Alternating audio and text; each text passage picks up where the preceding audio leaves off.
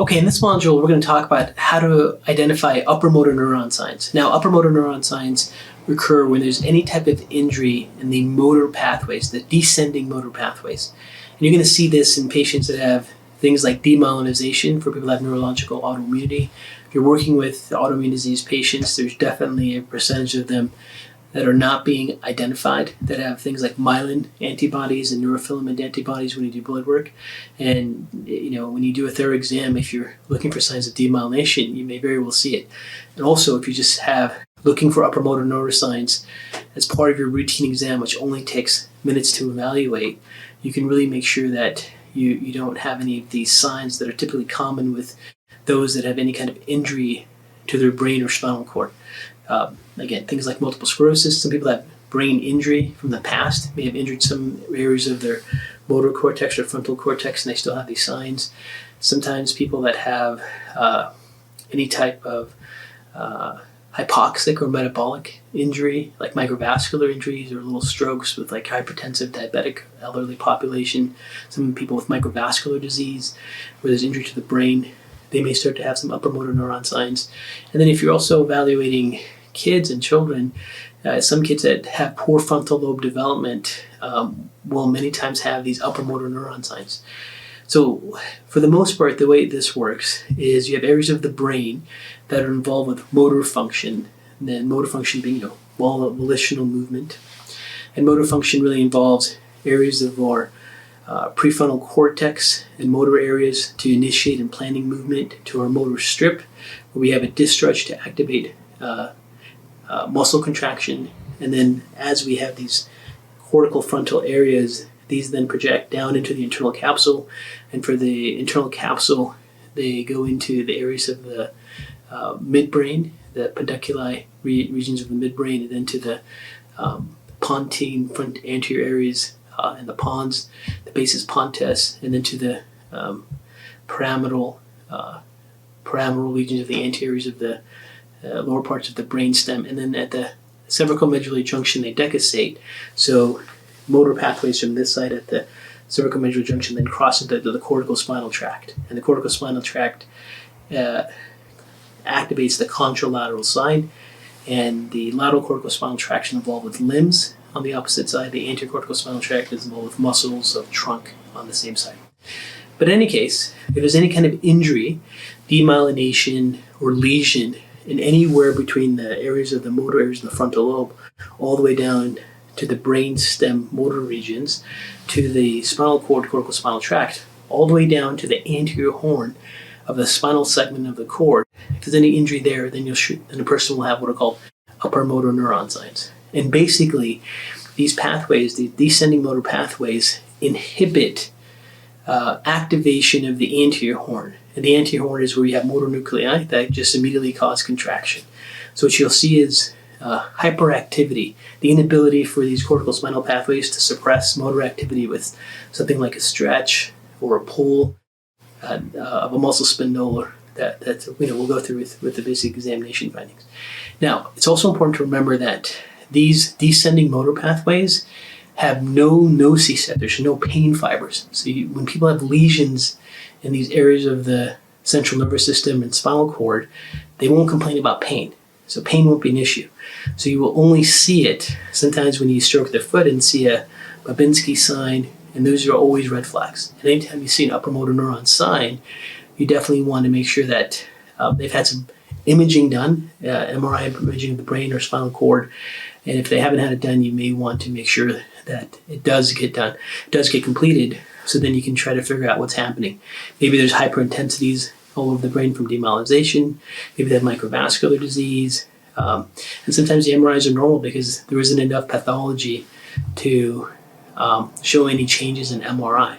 So you need about 60% loss of neuron integrity to have a signal to show up on an MRI. In any case, we're going to really focus on how to do an evaluation for upper motor neuron signs, which basically means any kind of lesion in the motor descending pathways from the frontal lobe all the way down to the anterior cord of the spinal cord. Okay, so we're going to go into how to evaluate upper motor neuron signs for any kind of lesions in the descending motor pathways, cortical spinal pathways, and upper cortical areas of the motor strip, and so forth. So we're going to go over upper motor neuron signs you'll see in the upper extremity, upper motor signs you see in the lower extremity, and then we'll talk about some things you'll see with eye movements that can occur with things like multiple sclerosis. But let's start with the hands. And if it starts, when we see any kind of upper motor signs with the hands, then we know anywhere from cervical cord level and pathways up from that region superior to the region may have some type of injury. Okay, so basically when you go through and look at the hands, one of the first things you can do is just go through and just stretch the palmar muscles, this palmar stroking like this, and these are basically normal. Now, if we kind of create it as once the fingers get stroked, then the fingers come in like that. So I can give you an example. That would be like a positive test. And sometimes it's just a really subtle, just flinch of the fingers, just like that. Maybe even less than that at times. You'll just see a little bit of contraction there. So a normal response would be like nothing. And sometimes they're really, really subtle. Just the fingers just move just a little tiny bit, just like that. Just like that. So as soon as you stroke, any kind of little movement there would be a positive sign. So that's a palmar stroking test. Now the other test, the other two tests that are commonly done is you want to evoke a quick stretch and see if these the thumb and the first digit start to contract and move together like this. So you just isolate the second digit here, and this is called Hoffman's test, and you just push down like this, and you isolate this and you push down, and a positive would be just any kind of little contractor. So we'll create a positive test here. That would be like a very clear one, and then it could be very, very subtle with just a little bit of movement. And every time you flick, when it's positive, you'll see it move. So here we go. It would be a little bit quicker response even to that. There you go. So would be a positive. Negative, you put the hands here, and you just flick, and nothing happens. And then the opposite of Hoffman is the Trommer's, which is the same thing, but instead of pushing the nail bed down, you just use the fingertip up, and you just push up this way, whichever way you prefer to do it. And then Trommer's, same thing. As soon as you flick, you see those fingers come together. So if you see any of these signs, these are upper motor neuron signs, and then you know that you have some kind of injury or demyelination from the cervical spine and up. Then you have upper motor neuron signs in the feet. So with the feet, the most common one is just to do a Babinski, where the foot's here, and you basically just stroke the foot, and this is a normal response. And a positive response would be if the toes flared up. So we can create a positive response just with the toes flaring up and fanning back like that. That'd be a positive test. Now, anything that evokes stretch in muscles here, where when you do Babinski, you're basically stretching the plantar muscles, and if the cortical spinal pathways can't inhibit, then these muscles start to extend. But you can like Oppenheim's test, which is basically just stroking the lateral of the foot like this, and if the toes flare up like that after we do that, that's Babinski. And Gordon's test would be the same thing. You just squeeze the calf muscle and see if you get a flaring of the toes. Any of these will show up with upper motor neuron signs, and these are involving the core pathways. And another thing you really want to be able to do is check for clonus. So clonus, you hold the ankle, you brace it, and then you just put the foot in dorsiflexion. So what you want to do is make sure you brace it, so the foot has nowhere to go, and do a quick dorsiflexion. A positive response would be if you see clonus, which is rapid movements of the foot like that. So normally, no red response. Positive response would be clonus. And you can actually count the beats of clonus, so it might be like 5 or 6 beats. The biggest mistake people do is they kind of just do this, which isn't a quick stretch, so they can't find it, or they'll move the hands with their arm, which is not going to show up clonus. So you keep the foot stable and do a quick burst up. And then lastly, with any kind of neuron lesion, just when you check the DTRs, you should have a normal response. And any kind of hyperreflexia, where they really kick out, anything greater than a 2+, are all things that you see with upper motor neuron disease. So the other things you can do is on the topic of demyelinization, and especially if you're screening for things like multiple sclerosis, is to make sure that a person has conjugate gaze. So conjugate gaze means when you're looking at cardinal fields of gaze, so when you're having the patient follow a target, you can see that the eyes are moving the same speed in a conjugate fashion. They're yoked together. One eye is moving at the same distance across as the other eye. And you can do any kind of angle that you want.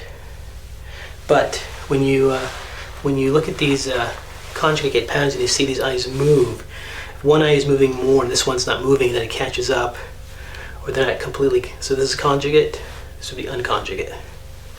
I'm exaggerating. But unconjugate movements means that there's most likely a lesion in the medial longitudinal fasciculus. So the medial longitudinal fasciculus is an area in the brainstem that's one of the most common target areas for multiple sclerosis. No one understands why. The immune system likes to destroy this tract, but it is a very common area for injury. And the medial longitudinal fasciculus coordinates information coming from the oculomotor nerve to the abducens nerve, so it allows that proper conjugate activity. Any lesions there will then cause this unconjugate type of event. Sometimes patients will complain they get double vision when they look to the right or look to the left at times, especially if they look really quickly. They may have these double vision patterns. So you definitely want to just do your coronal pupil gaze if you're looking for demyelination concerns, like maybe you're worried about your patient having MS, and see if those are there. Now, the other key finding when you see medial longitudinal fasciculus is that they don't have conjugate gaze, so they're not moving their eyes properly together. They're not doing conjugate, they're just conjugate gaze, but they can converge. So convergence would be, you just look at the finger here and the eye should come in. So if there's disconjugate gaze where the eyes are moving at different speeds, but then convergence is intact, that pretty much confirms that there is a lesion in the medial longitudinal fasciculus. You definitely want to do some imaging. And then lastly, you want to go in there and do a ophthalmoscope evaluation and see if there's any patterns of cupping when there's injury to the optic nerve, like an optic neuritis. There's many times a change in color in the outer border of the optic disc. That's a big sign of optic neuritis. And a clinical feature you also see with that is a patient will have difference in color perception, especially when they look at a target or an image from one eye to the other. So let's say if I had an image here, patient was looking at, and then cover your right eye, and then say, hey, what color is this? And she says it's pink, and then look at that same target with the other eye, and I go, hey, what is that same structure? And they go, well, it's more rose red than pink. There's a difference in color. That happens when there's inflammation in the nerve. So inflammation in the nerve causes decrease and changes in nerve conductance. So when that inflammation hits the occipital lobe, the wavelengths are perceived differently, and they have difference in color perception looking at the same target with one eye versus the other. So that's the other key thing I wanted to make sure that we go over in this module, or since we're talking about upper motor neuron signs of demyelination, is looking at conjugate gaze and vergent for medial longitudinal fasciculus issues, looking at patterns for optic neuritis by looking at the optic disc with an ophthalmoscope, and asking patients to be able to look at colors with one eye, then the other eye, and see if the color spectrum is exactly the same or different. So I hope those things are helpful to you. Okay, so let's just go through how quickly it is to just screen for upper motor neuron disease. So we just have the hands here. We just stroke, palms, those look good. Put the hands here. We can just put the fingers here. We can go through and do Hoffman's and Schrommner's. Go over here, the same thing. Looking for these muscles to come together. You gotta make sure you're not getting any abnormal movement of your limbs when you do this. Perfect. Then you go to the feet, and you just stroke the foot. Stroke the foot. You can stroke the foot this way. Sometimes you can stroke the foot this way. You can squeeze the calf muscle. Come in here, squeeze the calf muscle. Come in here and check what clone is. And then if you suspect there's anything happening with the eyes, come up here. Make sure gaze is conjugate, as it is here. And then if there's any abnormalities, check for vergence.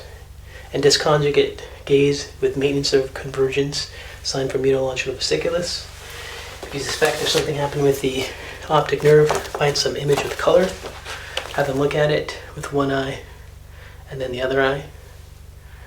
And then if you suspect there's something happening with optic nerve inflammation, you can always go in with an ophthalmoscope and just look and check out the optic discs. So it doesn't take much time to quickly go through and check these descending motor pathways, probably a minute, 2 minutes at the most. Okay, so once you start screening for upper motor neuron signs and patterns, you're going to see it's really common. You're going to see it all over the place. If you're working with people that have Hashimoto's or rheumatoid arthritis or many autoimmune diseases, you're going to see some people have these patterns. Now, sometimes it's because of autoimmunity. Sometimes you do a history and you find out they had a traumatic brain injury in the past. Other times you'll evaluate kids and you see these kids still have these patterns and also positive primitive reflexes, what we talked about in the child developmental disorders course. And remember, this is not an evaluation for the entire brain.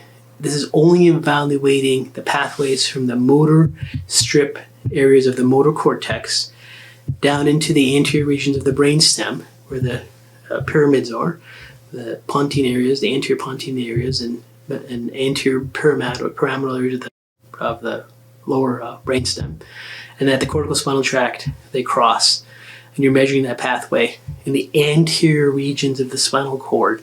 And then at the segment that it's going to have its effect on, it crosses into the anterior horn, the midline area of the cord.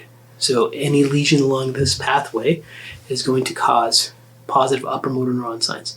If you see an upper motor neuron sign in the hand, then it's anywhere from the cervical area up into the brainstem and then to the contralateral cortex. So that's the key things that you want to remember, to know about when you do the upper motor neuron signs. And if you can start doing that in every single patient, maybe for the next 2 or 3 months, no matter what the complaints are, it'll really help you build your skills. You can become very efficient and fast doing these in your office.